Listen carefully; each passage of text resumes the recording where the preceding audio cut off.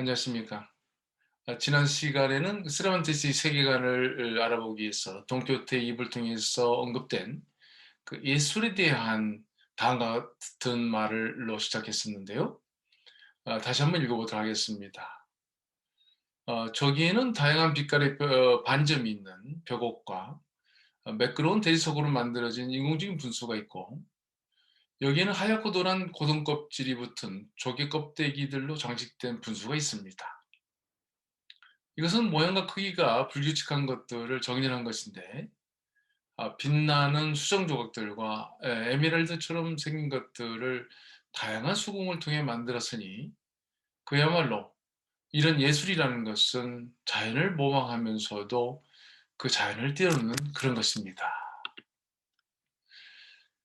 이 문장들은 그 세르반테스의 그 예술에 대한 생각을 담은 내용이면서 동시에 형태가 찌그러진 다양한 진주의 배열이라고 하는 바로크라는 특징과 아주 잘 연결되어 있다고 볼 수 있겠습니다. 특히 맨 마지막 문장은 세르반테스 자기 작품에서 그 플라톤과 아리스토텔레스를 자주 언급하고 있지만, 이 자연과 이데아 그리고 예술과 모방에 대해 깊이 고민하는 흔적이자 결론적인 말 같습니다. 말하자면 예술이 자연을 모방하면서도 그 자연을 뛰어넘는다는 말은 결국 예술과 문학에 있어서만은 세르반테스가 플라톤보다는 아리스토텔레스 쪽에 서 있음을 우리는 알 수 있겠습니다. 이번 시간은 돈키호테의 이런 말을 또 하나 추가해 볼까 합니다. 세상에 이런 것을 보는 즐거움보다 더한 것이 있겠습니까? 예를 들어 생생하게 지금 여기 우리 눈앞에 부글부글 끓고 있는 커다란 물고기 호수가 나타납니다. 그 호수로는 수많은 뱀이며 구렁이며 도마뱀과 다른 여러 종류의 사납고 공포스러운 동물들이 지나갑니다. 그리고 호수 한가운데 한 슬픈 목소리가 새어나옵니다. 그대 기사여, 그대가 누구이든지 이 무시무시한 호수를 바라보고 있는 자여, 만일 그대가 이 검은 물 밑에 숨어있는 보물을 얻고자 하거든 그대의 강력한 힘과 용기를 보여주소서. 바로 지금 이 검게 불타는 성의 한중간으로 뛰어들어, 그렇지 못하면 이 검은 암흑 밑에 누워있는 일곱 요정의 일곱 성에 안에 감춰있는 이 그 황홀하고 신비한 것들을 그대는 볼 자격이 없으리니. 공포에 떠는 그 목소리를 기사가 듣자마자 거기에 어떤 위험이 도사리고 있는지 생각지도 않고 곰곰이 생각해 볼 겨를도 없이 그 강력하고 무거운 갑옷을 벗지 못한 채 자신의 귀부인과 하나님의 가호를 빌며 부글거리는 호수 한가운데로 뛰어듭니다. 라고 나오고 있습니다. 두려움이나 깊은 생각보다는 거침없이 뛰어드는 행동주의자 돈키호테다운 모습인데요. 여기서 우리가 의 흥미를 불러일으키는 것은 호수의 수면 위에 보이는 것과 그 수면 아래의 세계가 분명히 다르다는 사실이죠. 그리고 보이지 않는 호수의 내부는 더 깊고 크고 넓고, 이것은 보이는 것보다 훨씬 많은 것들이 들어있는 세계이기도 하죠.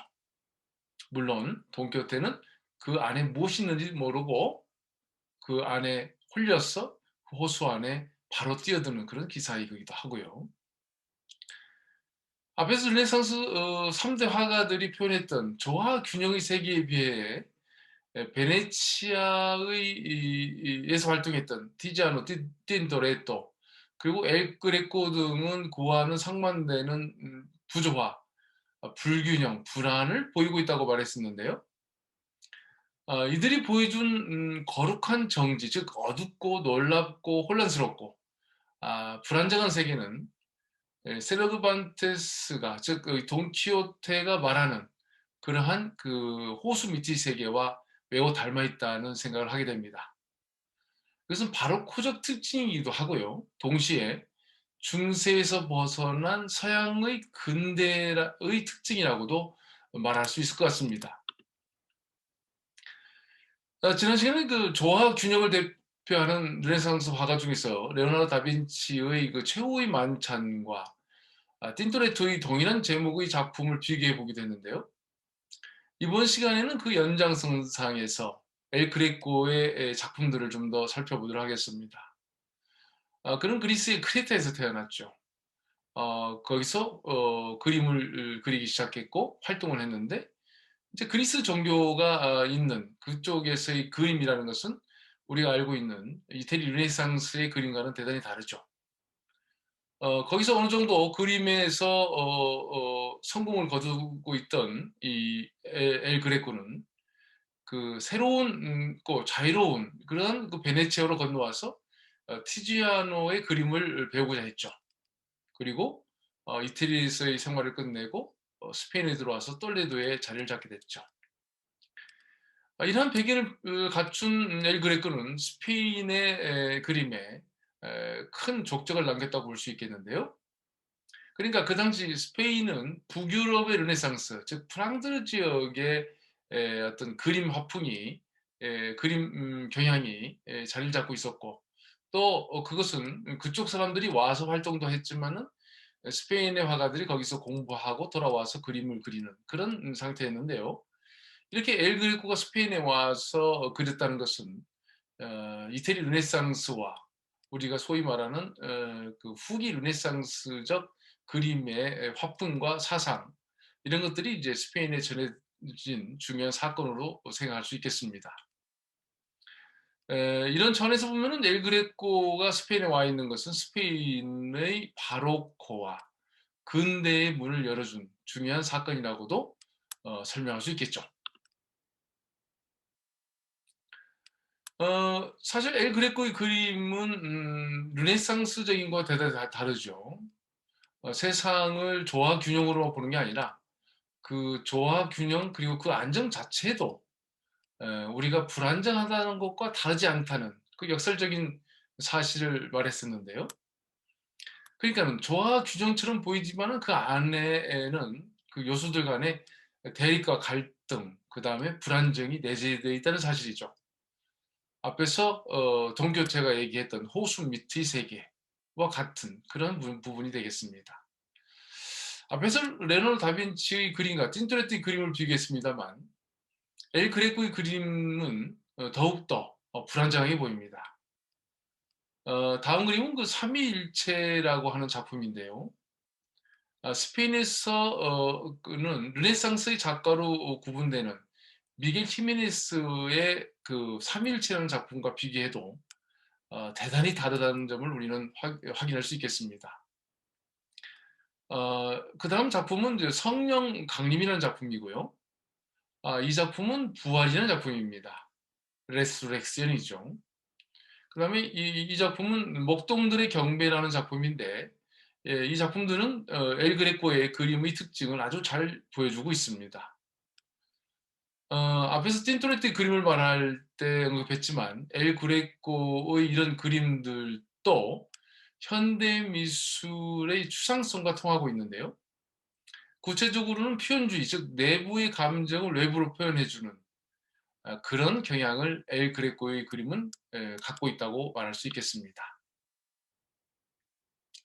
다음 그림은 그 역시 레오나르도 다빈치의 산타 아나와 함께 있는 성가족이라는 제목의 그림인데요. 루브르에 있습니다.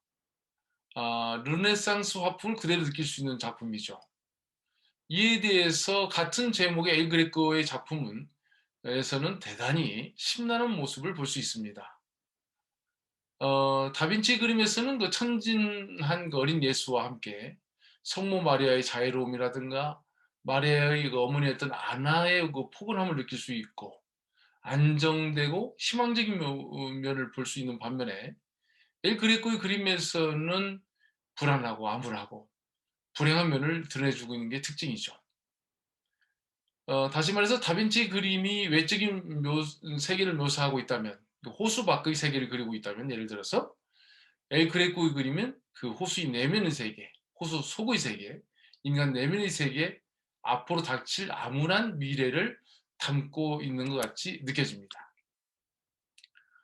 다음 그림은 그 샌프란시스코 산 안드레스라고 하는 작품인데요. 앞에서 언급한 불안정과 안정, 그리고 이들이 대립의 양상을 볼 수 있는 대표적인 작품이죠.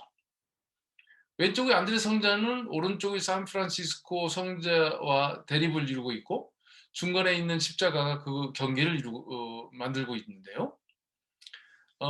녹색 옷을 입은 그 산 안드레스 성자는 말하자면은 긍정적이고 희망적이고 또 생명을 나타내는 녹색을 보여주고 있죠. 그리고 오른손은 펴고 있죠.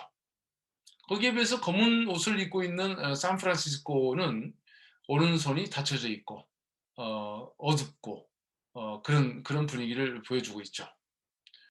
그런데 이 작품의 대립구를 통해서 화가 엘 그레코는 무엇을 말하고 있을까요?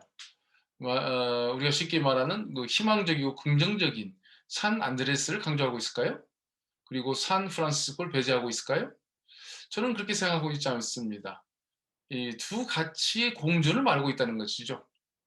그러니까는 십자가를 통해서 그림 자체의 그 X자 구도는 이 두 사람을 나누기는 했지만 이 둘 간의 끊임없는 대화의 전제 조건이 되어 버린 것이죠. 그래서 두 가지 중 하나의 선택이 아니라 두 가치 끄는 대립과 갈등, 이것을 통한 고민, 그리고 거기서 비롯되는 어떠한 새로운 가치, 이것을 이 작품은 표현해 주고 있다고 생각됩니다. 사실 우리는 모두 그 선한 것, 착한 것, 뭐 공정한 것, 정의로운 것 등 좋은 것에 대해서 잘 알고 있고, 나쁜 것인 악한 것, 공정하지 못한 것, 뭐 정의롭지 못한 것에 대해서 너무나 잘 알고 있습니다.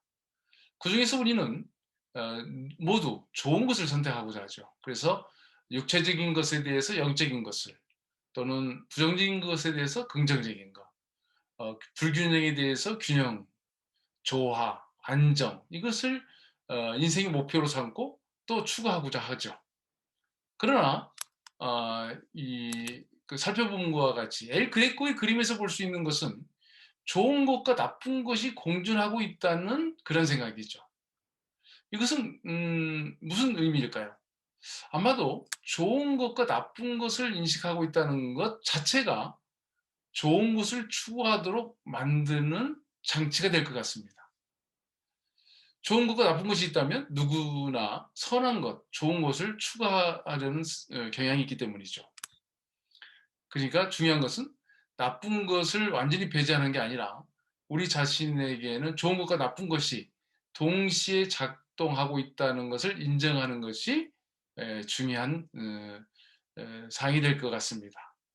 돈키호테에 있어서도 이상주의자인 돈키호테와 현실주의자인 산초가 서로 관계하면서 공존하고 있죠.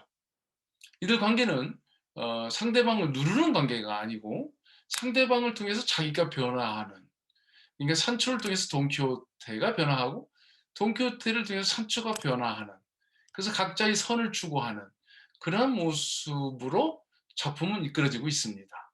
이런 부분에 있어서 세르반테스와 같은 시대에 살았던 엘 그레코의 어떤 세계관이라 할까요? 이거와 세르반테스의 세계관은 매우 닮아 있다라고 말할 수 있을 것 같습니다. 감사합니다.